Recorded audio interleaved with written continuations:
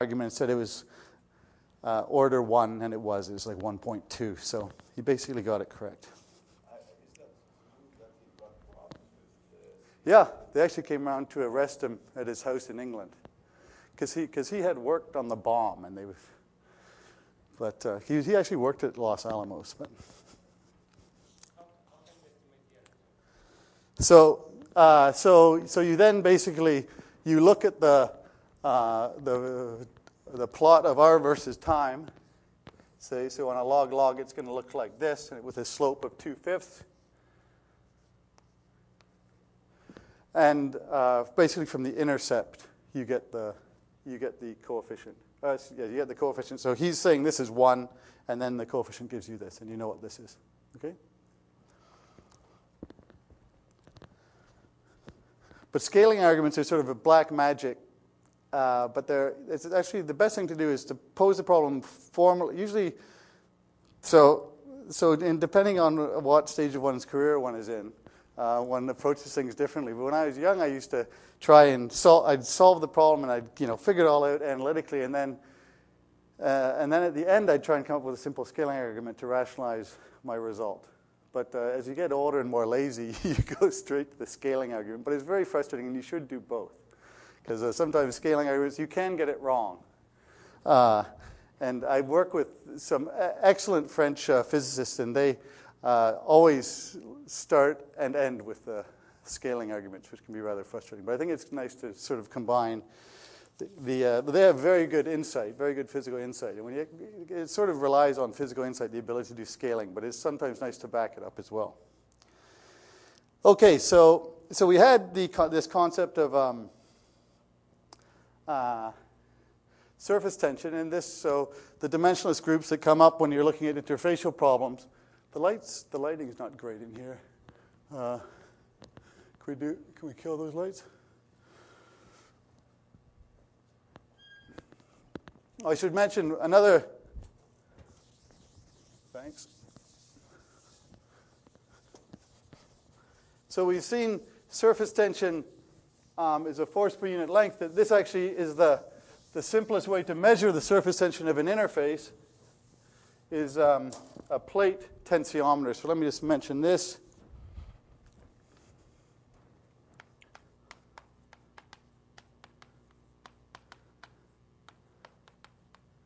So basically, if we have a long plate,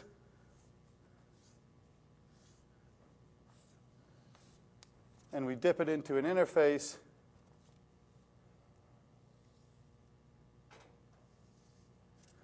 and then we extract it, then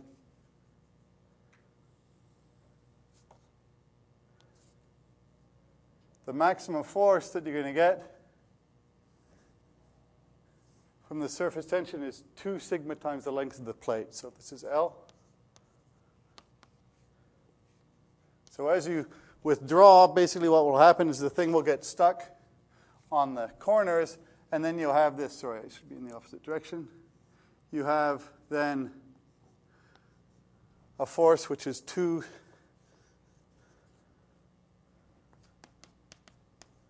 sigma L. So the longer the plate, the larger the force, and the less accurate your system has to be. But this basically gives you the simplest way to measure surface tension. Okay? And so you can basically ring tensiometers are based on the same idea. You basically extract something across an interface, and you measure the force acting on it. Okay, so these are.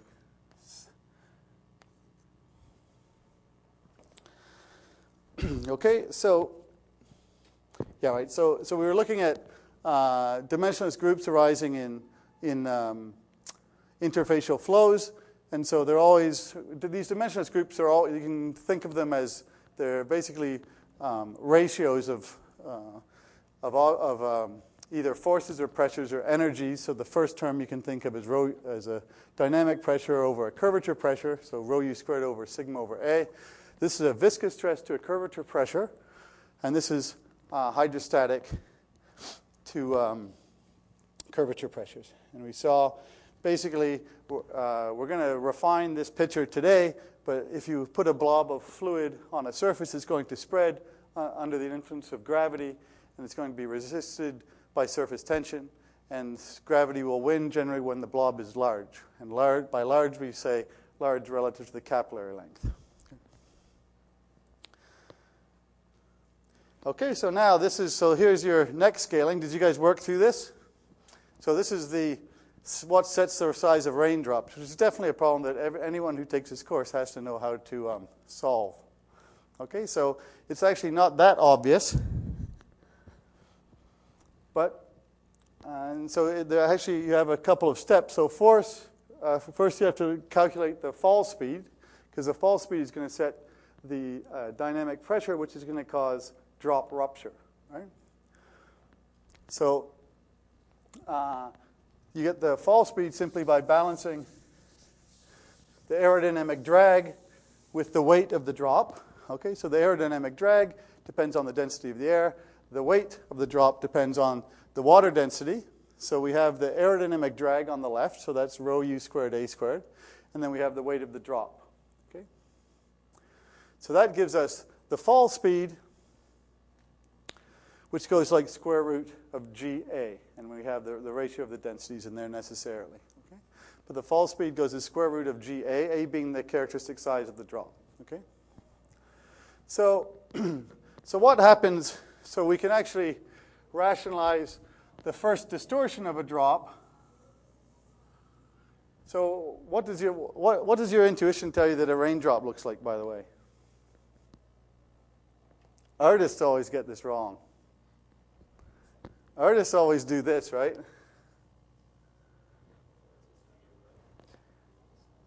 It's sphere to leading order, but to second order. Okay, so this is wrong. So this is the shape of an air bubble moving in non-Newtonian fluid, as it turns out, and of course tears. But that's a raindrop rolling down a window pane, right? But what's the first distortion to a sphere? So let's think about it. What's that? Ellipse, right? Oblate or prolate? Is it like that or is it like that? Long? You guys went for prolate? What?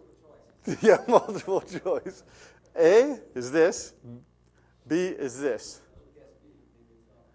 Okay. Okay. Okay, ready? So let's think about this. We have flow streaming past a sphere, and we want to get the first distortion, right? We know that the pressure is highest inside the drop, right? And it's constant, but we know that the air pressure is varying as we go around the drop owing to Bernoulli pressures, right? So we know that P plus 1/2 rho u squared is equal to constant, okay? So here we have a stagnation point. So the air pressure there is going to be what? Maximum, right? So let's call that P plus. And here we have high pressure, low speed, and here we have high speed, low pressure. Okay, so let's call that P minus, okay? But the highest pressure in the system is always inside the drop. But what this is telling us is that the pressure difference across the interface is smaller here than here. So how can that be? How can we have that? We can have that because we know that the pressure jump is the product of the surface tension times the curvature. Okay? So because the pressure difference is smaller here means that the curvature is smaller. Okay? So the first distortion of a drop is into a oblate ellipsoid. Okay? Okay, you got that? Okay, and so the point is you have this stagnation pressure, and this stagnation pressure will actually cause the thing to rupture if it's too big. And that's what you see here. So here, these are experiments done by David Carré, and so at the Collège de France, which is, I think, a 6-story building, he took a bucket of water and he threw it off, and he had high-speed video cameras going at every floor. And so this was on floor number 3, I think. But you can see this stagnation point actually ultimately leads to this thing spreading and then going like this and then into a thin sheet, basically into a parachute. Okay? And that parachute then breaks up, so it eventually shatters. Okay, and so the question is, so when can we have this picture? When we have an oblate, nearly spherical raindrop. So in order to avoid this, the curvature pressures, so I say drop integrity, that is to say, in order for surface tension to keep the thing from breaking up, then the curvature pressure has to be larger than the characteristic dynamic pressure, which is causing raindrop cleavage, right? And we can see that this characteristic pressure, we can get that in terms of G simply by using the force balance, right? Because we have U, we've expressed U there in terms of G, so we see this, okay? So again, the constraint, the requirement for dynamic stability is that this be less than this, right? Surface tension, again, wants to keep things spherical. We have these aerodynamic pressures which are trying to cleave the drop in two. So this has to be less than this. But from the force balance, we can express this like this. So we see then that what comes out is a simple result that the drop has to be small relative to the capillary length. But it's not obvious because you have this intermediate dynamic step, right? You have to get the characteristic dynamic pressures which cause cleavage from the force balance. Okay? A is the size of the drop. Yeah. Okay, so again, so I always say, surface tension is important relative to gravity when you're small relative to a raindrop, and this is why, because it's this balance between the two that sets the size of a raindrop and ensures that they be on the millimetric scale. And it is a very interesting question, what would happen if surface tension, I've always wanted to give this as maybe I should just give this as a possible alternative to homework, is an essay question on how different the world would be if the surface tension were 100 times higher. We have huge raindrops to begin with. It'd be very dangerous to go out. We'd probably all be covered in water-repellent skin.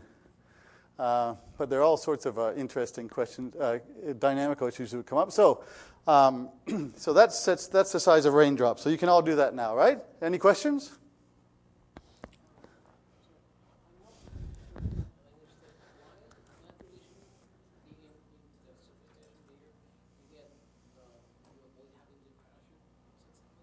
So you're asking about this requirement? Yeah.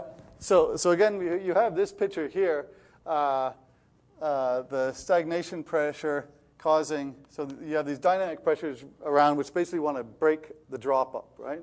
But these are being resisted by the curvature pressures, right, which simply want to keep things spherical. Okay? So the question is, when can one dominate the other? Right? And when they're very small, the curvature pressure will win.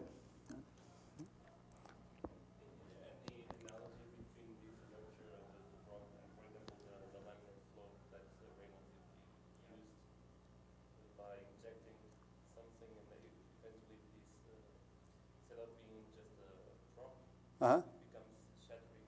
Oh, really? Plateau, you mean? The pinch off? Yeah, so, it is. All of these systems are trying to minimize surface energy. That's certainly what causes a thread to pinch off, right? Here, that certainly during the fracture stage, like when this big thing, it's in a very energetically unstable state there when it's a big balloon, right? Because what it wants to do is to break up into small drops, right? And so, yeah, in some sense, all of these systems are being driven by a desire to minimize the energy of the system, in particular the surface energy. So long threads, sheets are all energetically unfavorable. But you see here in this case, it's more complicated because you also have dynamic pressures around, right? So you're not simply minimizing the surface energy. You also have kinetic energy and so forth. Okay, so a nice question that we can get at without yet doing any math is puddles. Okay, so what sets the size of puddles? So I've just made this argument of putting a blob of fluid onto a surface, and we saw that it would spread to some distance. But there are all sorts of, let me show you the various possibilities.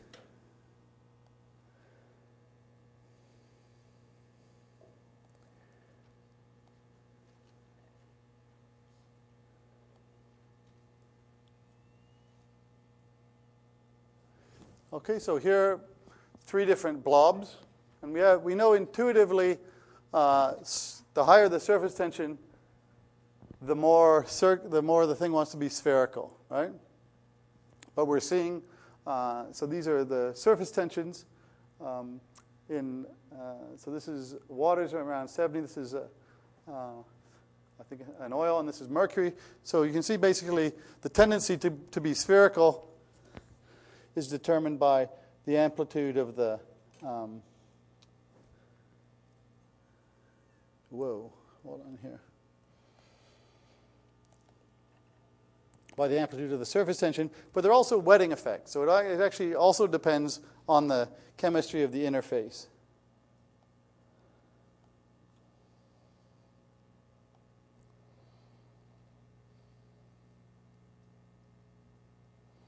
So I just want to show you the many things that can happen. This I can't seem to do in this mode. Let me just unplug for a second.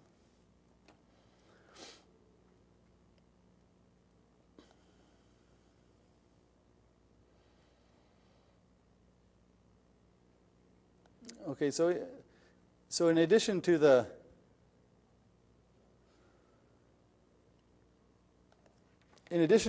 magnitude of the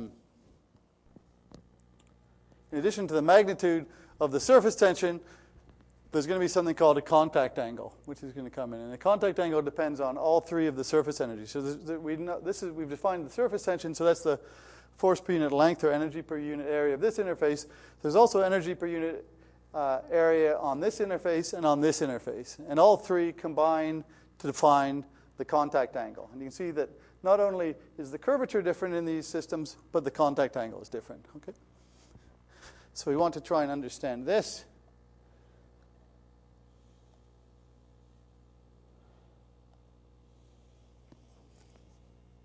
So here again, one can see, oh boy,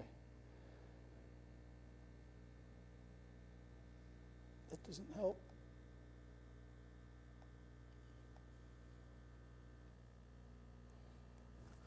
I have to keep getting out of this.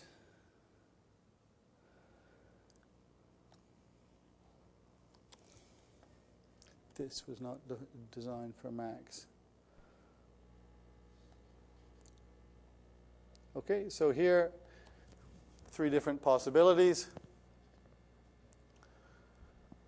So different contact angles. The oil goes basically flat, fluorinated oil, and then we see the surface tension increasing, the contact angle increasing progressively. The contact angle is this angle.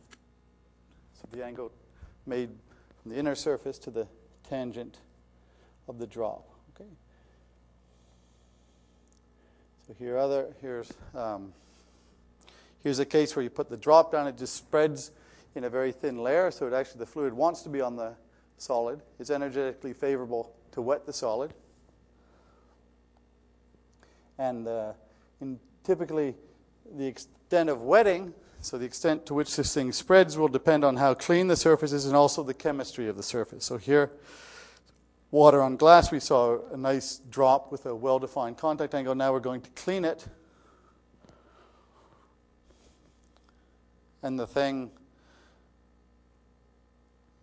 spreads much more readily. Okay?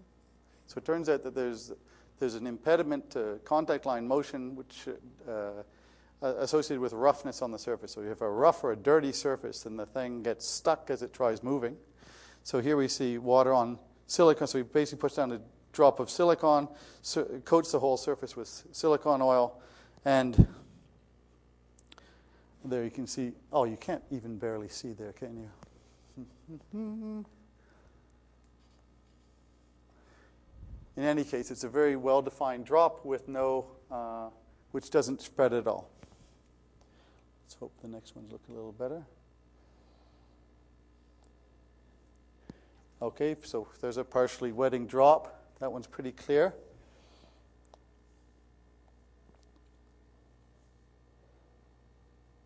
And again, so this is water on different surfaces, glass, plexiglass, and wax.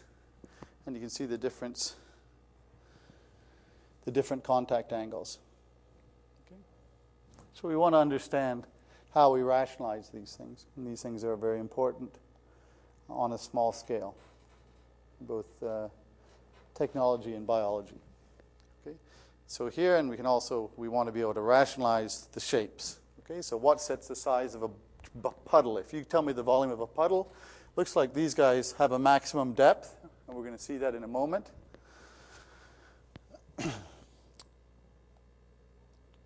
And then there are more interesting things. So here we have a surface which has a chemical treatment. Okay, and so we can see here that the contact angle is higher for this drop than this drop. Okay, so basically the surface energy of the substrate is changing. So we have a chemical gradient.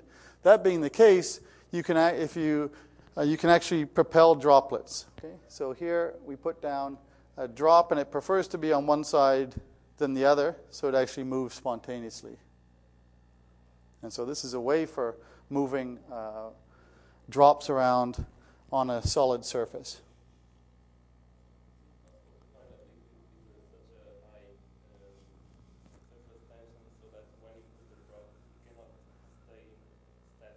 Yeah, you can have, yeah. In fact, you can also, something called liquid pearls, you can coat with the lycopodium powder, and then they never wet. So you can have situations. Then you can also, you can vaporize drops. So if you put a water drop on a hot plate, then it will evaporate on contact. And so you have an air layer beneath it, and then it will simply roll.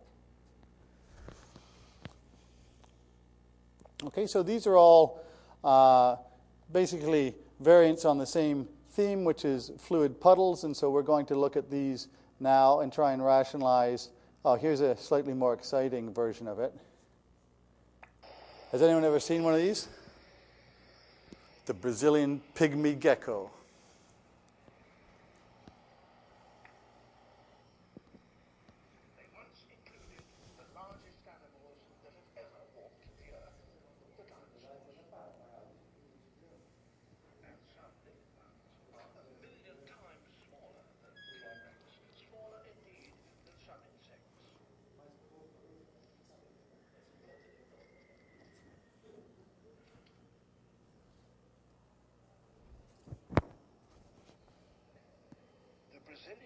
The Brazilian, so this is a lizard, which is, I think it's in total 4 millimeters long.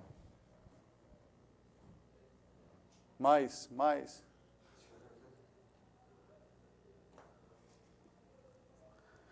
Hold on.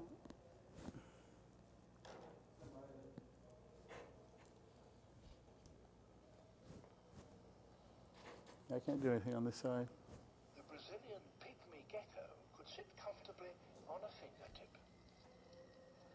It's so exceptionally small that no other reptiles compete with it. This is rather losing the... But it's so... Yeah.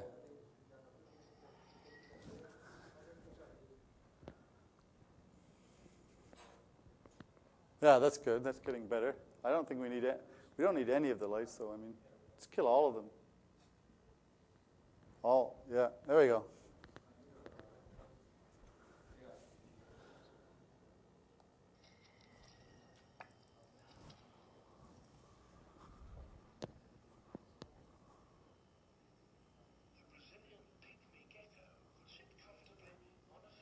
Still can't see it that well, eh?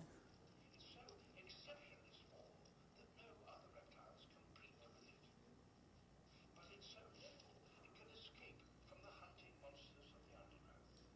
this is still rubbish.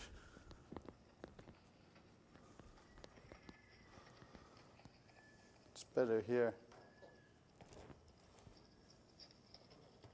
It's so small that it has special problems with, for example, rain.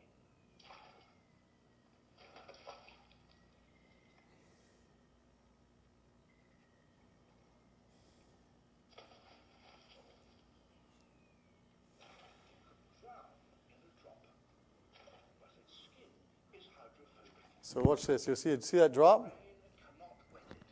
Right, so that's a very high contact angle. It's a rough, waxy surface. And so because of this, this is how it deals with rain. And when it goes in water, it never sinks, despite the fact that it's heavier than water, simply because the energetic cost of submergence is so enormous because of its surface coating.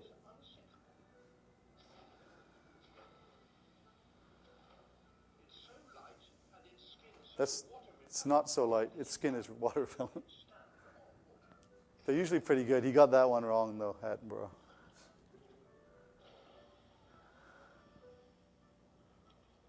such miniaturization is certainly very impressive. But the reptile body can be transformed even more dramatically.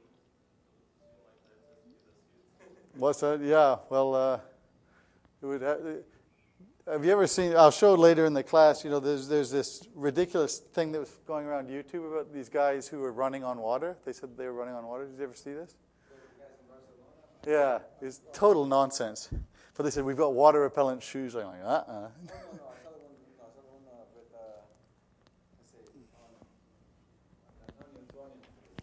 Right. Oh, no, that's right. No, this was in Spain, this one, actually.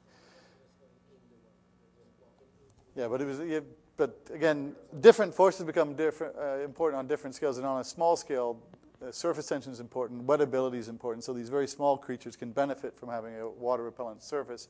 It's not going to help us at all, right? So I was consulted on that, and I said, stop wasting my time.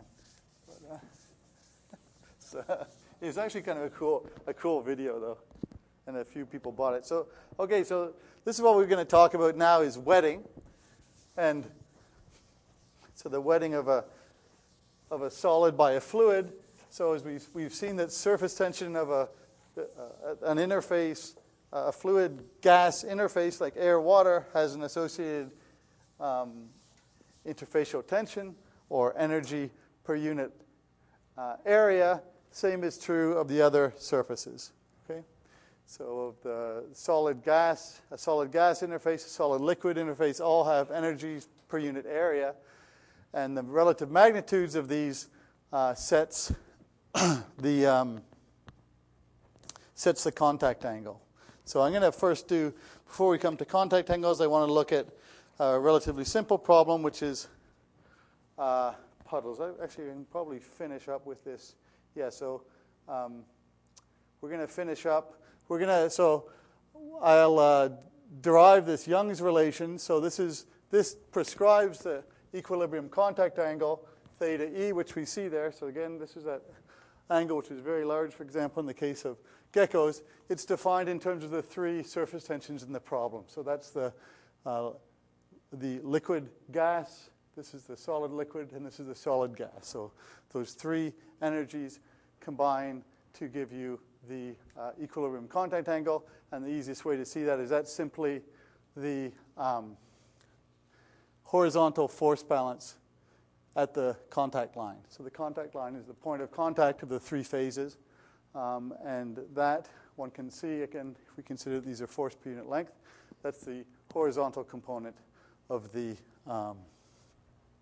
force balance.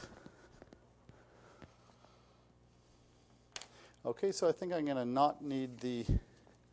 We're going to come back to this at the very end. So we're going to try and rationalize capillary adhesion used by these bugs.